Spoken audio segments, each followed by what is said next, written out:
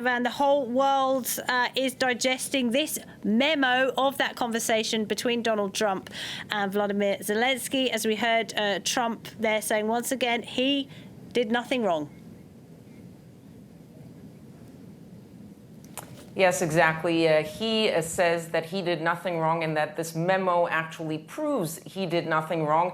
And the Democrats are saying that this memo actually proves that he did indeed do something wrong. It does prove what we've been hearing so far from sources and from certain people, even the president himself. It does prove that Donald Trump did indeed ask a foreign leader, Vladimir Zelensky, to look into a potential 2020 rival, Joe Biden. There are two moments in that phone call where Joe Biden's name was mentioned by the U.S. president. Once he's asking Zelensky, whatever you can do with the attorney general would be great. And the second time he asks whether he can look into it, and Zelensky actually replying to the U.S. president that he will be appointing a new prosecutor who will, quote, look into the situation. So it does prove that there was indeed a request by the U.S. president.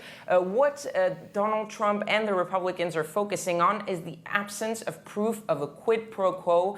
Nowhere in that transcript does it say that the U.S. president actually said that he would withhold that military aid that was destined to Ukraine if the Ukrainians didn't go along with that request to investigate Joe Biden. And that's really what the strategy of the Republicans is that they are saying there's no quid pro quo and therefore there is no issue. Yes, because central to all of this is that almost $400 million in aid. Now, Trump has confirmed, he's admitted that, yes, he sat on that money, even though Congress had cleared it to go to the Ukraine. But he says that is nothing to do with the investigation of Joe Biden. And he actually talks about that in this. He says that we do a lot for Ukraine. The Europeans, they don't do so much. That is his justification for sitting on it. He said he wanted to wait for the Europeans to step up. So that is the defense they're using right now.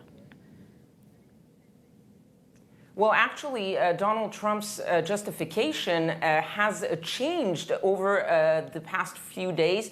At first, when he was asked whether there was a withholding of that money, he first denied it. Then he said that he did indeed withhold the money, and he replied to the reporter asking him that question. He said, would you want to give money to a country that you think is corrupt? And then the day after that, he turned to that justification that you mentioned. He blamed it on the Europeans, saying that the reason he withheld that money was to show that the Europeans are not doing enough for Ukraine, and that he was tired of the U.S. always having to put up the money and never being able to count on the Europeans to do their part. So even his justification has really varied over the past few days. But right now, yes, he is saying that he did withhold the money, but it had nothing to do with that investigation of Biden, but more to do with the U.S. Not wanting to be the only one to help Ukraine. Kethevane, for now, thank you very much indeed.